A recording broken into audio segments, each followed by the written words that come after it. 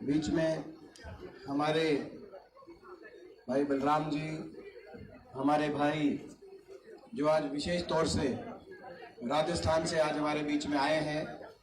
Rajasthan university जो जयपुर में राजस्थान की सबसे बड़ी यूनिवर्सिटी है, वहाँ के छात्र संघ के अध्यक्ष के रूप में वहाँ पे चयनित हुए हैं राजस्थान में, जिनका बड़ा परिचय है, नौजवानों की लड़ाई लड़ते हैं। हमारे पहुँचे, हम उनका स्वागत करते हैं। हमारे छोटे भाई निर्मल चौधरी जी हमारे बीच में, हमारे सोनीपत से मेयर, अभी जो पीछे चुनाव हुआ आपने देखा, शहर सोनीपत में मेयर का चुनाव था 2 साल पहले। सरकार ने पूरी ताकत झोंक ली, फिर भी सोनीपत में 20,000 वोट का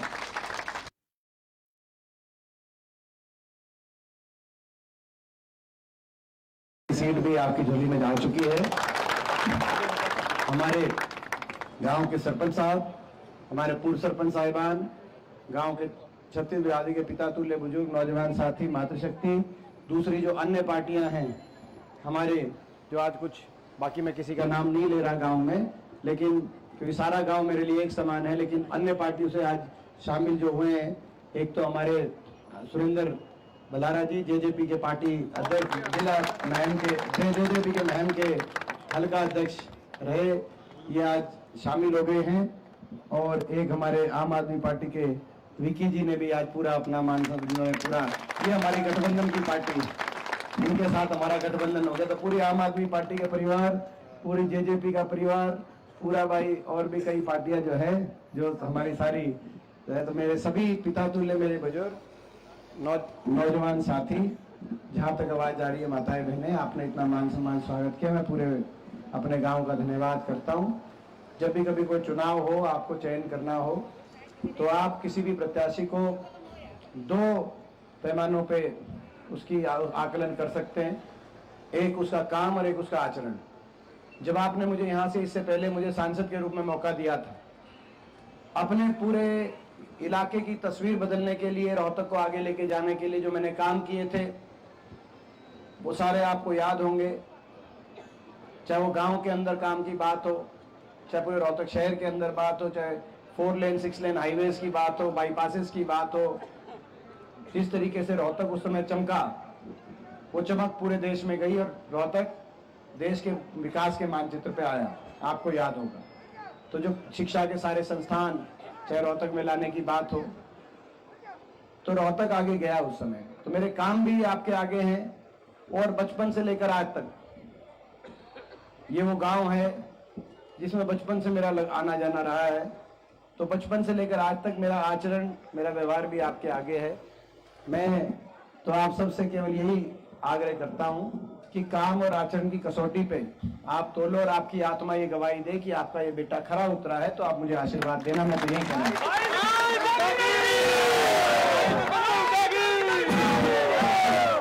आज थोड़ा वायरल है, उसके लिए मुझे माफ करना। और मैं ये विश्वास दिलाता हूं आपको कि भाई आपका ये आशीर्वाद खाली नहीं जाएगा। आपका ये आशीर्वाद, आपके आशीर्वाद से मैं दिल्ली, आपके खोए हुए मान सम्मान को मैं ऊपर उठाने का काम करूंगा। और ये आशीर्वाद दिल्ली ही नहीं रुकेगा, ये वाया दिल्ली चंडीगढ़ जाएगा और जल्दी आपकी सरकार बना के आएगा। क्योंकि बीजेपी ने बड़ा नुकसान कर दिया पूरे हरियाणा प्रदेश का। आपने देखा, देश में सबसे ज्यादा बेरोजगारी, पढ़े लिखे बच्चों को रोजगार नहीं, महंगाई की मार गरीब के घर पे। आज ऐसा भ्रष्टाचार देश में, हर स्तर पे भ्रष्टाचार आपने देखा। आज हरियाणा के अंदर नशे का चलन बढ़ गया, आज अपराध दर बढ़ गया, विकास की पटरी से उतर गया हरियाणा। जो खुशहाली का प्रतीक होता था हरियाणा, वो विकास की पटरी से उतर गया और सुनवाई नहीं। मुख्यमंत्री 10 साल रहे मगर किसी की सुनवाई नहीं। आज गरीब आदमी की सारी स्कीम्स बंद हो गई, 100 गज के प्लॉट की स्कीम खत्म कर दी, बैन लगा दिया खट्टर साहब ने आते ही। और उसके बाद मकान की स्कीम भी बंद के बराबर, क्योंकि किसी गांव में एक आधा कोई मकान आया तो आया, नहीं तो गरीब आदमियों को घर नहीं आया। तो ये तो मकान की स्कीम बंद, 100 गज के प्लॉट की स्कीम बंद, किसान के साथ जो अत्याचार हुआ वो आपने देखा। कर्मचारियों पे लाठीचार्ज, सरपंचों पे लाठीचार्ज, बेटियों को दिल्ली की सड़कों पे घसीटने का काम, हर वर्ग की अनदेखी। कोई ऐसा वर्ग नहीं जिसकी अनदेखी ना की हो। आज हरियाणा संपूर्ण भट्टा बिठाने के बाद बीजेपी ने चुनाव में जब इतनी नाराजगी हो गई तो बीजेपी ने अपने मुख्यमंत्री को खुद ही बदल दिया। वो मुख्यमंत्री भी और उप मुख्यमंत्री भी 10 साल कहां से लाओगे, आपने तो बदल दिया। जनता के 10 साल तो आपने खराब करके बदला, मगर आपने तो बदल दिया, लेकिन जनता की नाराजगी नहीं बदली। आपने देखा होगा लगातार हरियाणा कोने कोने से बीजेपी के बड़े बड़े नेता कांग्रेस में हर रोज शामिल हो रहे हैं। अभी 3 विधायकों को भी देखा होगा जिन्होंने बीजेपी से समर्थन वापस लेकर कांग्रेस समर्थन दे दिया चुनाव के बीच में। 2 करनाल के जहां से मुख्यमंत्री जी खट्टर साहब और नायब सिंह चुनाव लड़ रहे हैं, वहीं से 2 विधायक। आप समझ सकते हैं कि प्रदेश की हवा किस तरफ बह रही है। प्रदेश की हवा बदलाव की तरफ और आपकी तरफ बह रही है। पूरा प्रदेश आपकी तरफ देख रहा है। बदलाव निश्चित है, बदलाव होगा। आपकी सरकार बनी, कांग्रेस पार्टी की सरकार बनते ही हम काम करेंगे हर वर्ग के लिए, हरियाणा खुशहाल करने के लिए। सबसे पहले बड़े बुजुर्गों की 6000 बुढ़ापा पेंशन करने का काम करेंगे। अपनी माता और बहनों को एक नई महालक्ष्मी योजना, हर घर में एक माता बहन जिसकी 6000 बुढ़ापा पेंशन के अलावा एक माता बहन जो घर का काम काज चलाती है, बुजुर्ग माता बहन को 8500 रुपए की पेंशन अलग से करने का हम काम करें। और उसके साथ साथ किसान को MSP गारंटी, कर्मचारी को ओल्ड पेंशन स्कीम और हर बिजली उपभोक्ता को 300 यूनिट बिजली हम माफ करने का काम करेंगे। हमारा संकल्प है। 2 लाख सरकारी पद जो बीजेपी ने समाप्त कर दी।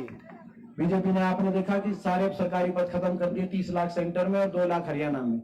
1-2 उद्योगपति समूहों के हवाले पूरे देश की संपत्ति करे जा रहे हैं, अदानी जैसे कई समूहों के हवाले। तो ये पदों को बहाल करेंगे केंद्र में भी और हरियाणा में भी। पहली कलम से 2 लाख पदों की भर्ती निकालकर अपने नौजवानों को अवसर देंगे, पारदर्शी और समयबद्ध भर्ती के अनुसार, ताकि रोजगार के अवसर हमारे नौजवानों को मिले। ये हमारे प्रयास रहेंगे। हरियाणा को आगे लेके जाएंगे और अपने क्षेत्र को में विकास का पहिया फिर घूमे।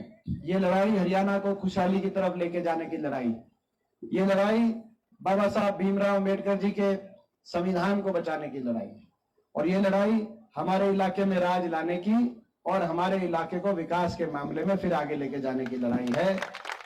और इस लड़ाई में आपके आशीर्वाद की जरूरत है, क्योंकि बीजेपी के पास जिनसे हम लड़ रहे हैं, आपने देखा पिछले 10 साल से विपक्ष में मैं लड़ रहा हूं। इनके पास बहुत कुछ है। बीजेपी के पास, इनके पास भाई 2-2 सरकारें हैं, दिल्ली में भी, चंडीगढ़ में भी। इनके पास मीडिया भी इनकी जेब में है।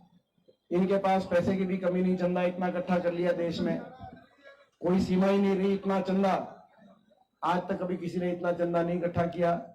आपने देखा बीजेपी ने नारा ही एक अपना बदल दिया कि जो देगा बीजेपी को चंदा उसको देगी बीजेपी धंधा, और जो नहीं देगा चंदा उसको मारेंगे ईडी का डंडा। आपने देखा 2-2 मुख्यमंत्रियों को तो जेल में ठोकने का काम, केजरीवाल जी को और झारखंड के हेमंत सोरेन जी को 2-2 मुख्यमंत्री को जेल में डालने का काम किया इन्होंने। लोकतंत्र का गला घोट रहे हैं और चंदा ले रहे हैं, दब के चंदा ले रहे हैं, कोई छोड़ा ही नहीं। कोरोना में देखो, गौ कशी करने वाली कंपनी से 250 करोड़ का चंदा ले लिया इन्होंने। कोरोना में 450 करोड़ का, जो कोरोना का टीका लगाने वाली कंपनी से 450 करोड़ का। आप में से किस किस ने चंदा टीका लगवाया था भाई कोरोना का? एक बार हाथ आके बताइए, कोरोना का टीका किस किस ने लगवाया था भाई? एक बार हाथ आके बताइए भाई। मैंने भी लगा लिया था। मैं हालांकि शुरू में नहीं लगा रहा था, फिर पापा मम्मी ने घना लट दे दिया, फिर मैंने उसका लगवाओ, तो मैंने भी लगा लिया था। इतनी बताओ भाई, कोरोना टीका लगवाने के बाद किस किस की जो तबीयत थोड़ी सी डाउन रहने लगी भाई? ये देखो भाई, ये बताओ 450 करोड़ अगला चंदा दे रहा था बीजेपी को, सुप्रीम कोर्ट ने निकाला है। टीका पास करके टीका लगा दिया। अगर टीके में कमी नहीं थी तो भाई चंदा क्यों लिया? और अगर टीके में कमी थी तो भाई हमारे लगवाया क्यों? तो देखो बात ये है कि कहने का मतलब कोई छोड़ा ही नहीं। आज ऐसा किया कि भाई इतना तो भाई जिनसे लड़ रहे हैं उनके पास सरकारें भी हैं, पैसे की भी कमी नहीं है, मीडिया भी, सब कुछ उनके पास है। मेरे पास तो इस लड़ाई में लड़ने के लिए आपका आशीर्वाद है, उसमें कमी मत छोड़ना। मैं यही तो भाई आप ये बताओ भाई, आशीर्वाद में कोई सी कमी तो नहीं छोड़ोगे भाई? एक बार हाथ उठाकर बताओ, पूरा बढ़ता होगा भाई। 5वीं बार तो बताओ कि मैं नहीं बताओ। मैं आपका बल्ली जेड़ा भी सब तक नहीं लीड मारेगा मारे की मेहनत सारे जितने चाहता तो वहां